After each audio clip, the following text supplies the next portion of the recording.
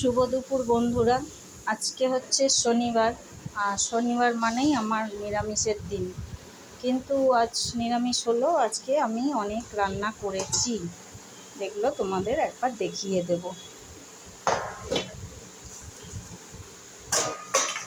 আজকে আমি কি রান্না করলাম একবার তোমাদের দেখাবো। প্রথমেই দেখাই, এখানে করেছি ডাল, এখানে করেছি সয়াবিনের তরকারি, এখানে ভেন্ডি ভাজা, এখানে একটা পনির আলু আর তরকারি, এখানে করেছি চাটনি, এখানে করেছি 4 রকম ভাজা আছে, আর এটা তো ভেন্ডি ভাজা 5 রকম। এখানে আছে আলু পোস্ত, আর রয়েছে ভাত, এখানে ভাত রয়েছে, আর এখানে রয়েছে পায়েস।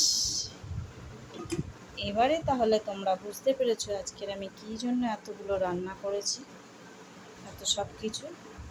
আজকে আমার বরের জন্মদিন, সেই জন্য আমি এত সব কিছু রান্না করেছি। শনিবার, তাই মাছ মাংস তো হবে না, যা পারলাম তাই রান্না করেছি।